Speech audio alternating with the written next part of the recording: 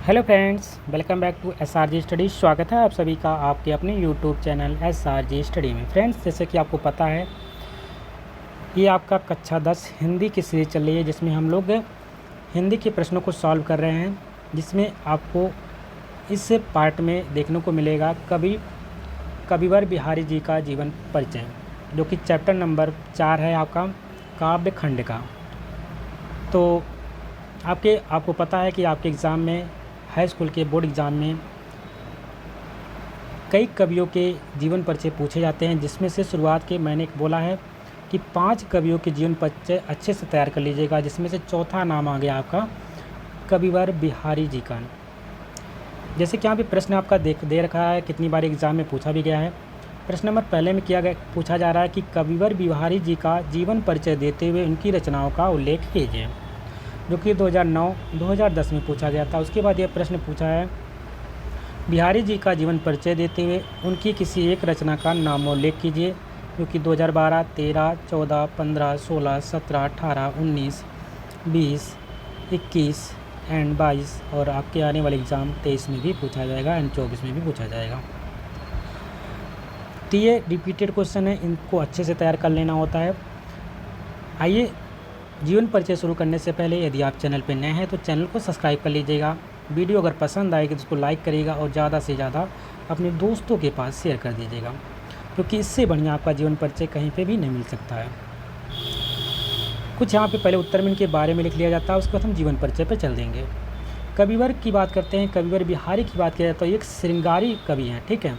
इन्होंने दोहों जैसे कि लघु आकार वाले छंद में गागर में सागर भर देने का कार्य किया है।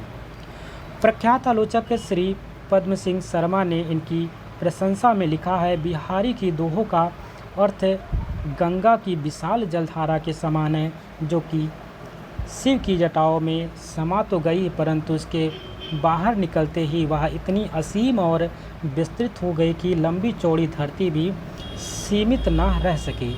बिहारी की दोहे रस के सागर हैं, कल्पना के इंद्रधनुष है, भाषा के मेघ हैं, उनमें सौंदर्य के मादक चित्र अंकित हैं।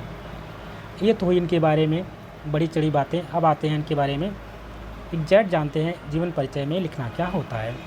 तो ध्यान में रखेंगे कि रीति काल के प्रतिनिधि कवि बिहारी श्रृंगार रस के अद्वितीय कवि थे। इनका जन्म सन 1603 ईस्वी में, ध्यान रखेंगे, इनका जन्म सन 1603 ईस्वी को, या कहते हैं संवत 1660 विक्रमी संवत के लगभग ग्वालियर के निकट बसुआ गोविंदपुर ग्राम में हुआ था। इनके पिता का नाम केशव राय था। ध्यान में रखेंगे, पिता का नाम क्या था? केशव राय।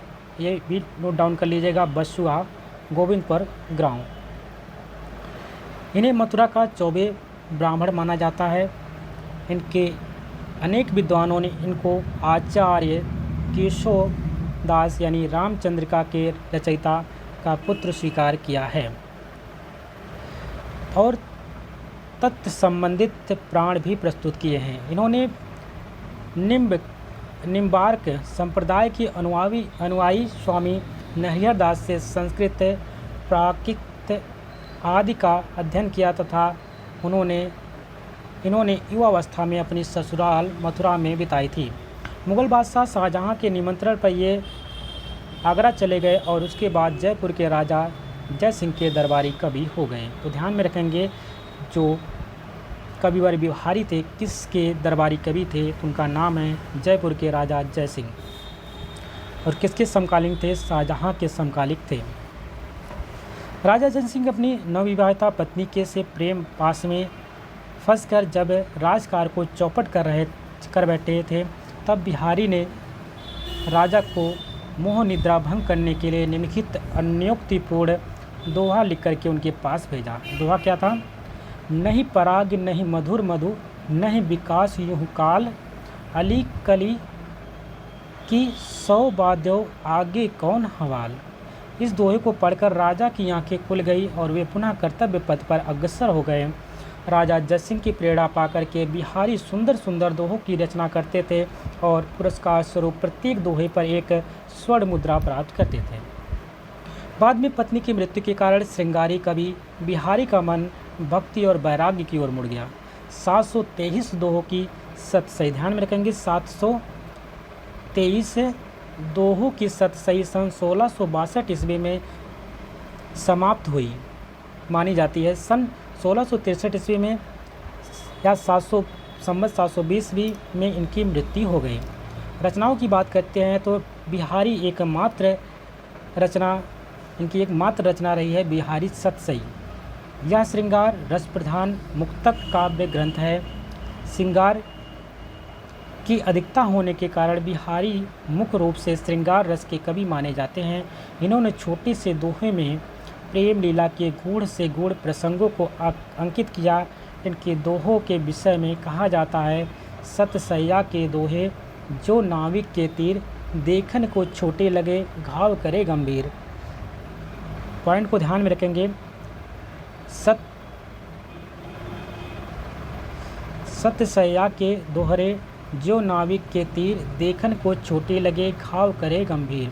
साहित्य में अगर बात करते हैं, साहित्य में स्थान तो रीतकालीन कवि बिहारी अपने ढंग से अद्वितीय कवि हैं। इनकी विलक्षण सृजन प्रतिभा के कारण काव्य संसार में इन्हें महाकवि के पद पर प्रतिष्ठित किया गया है।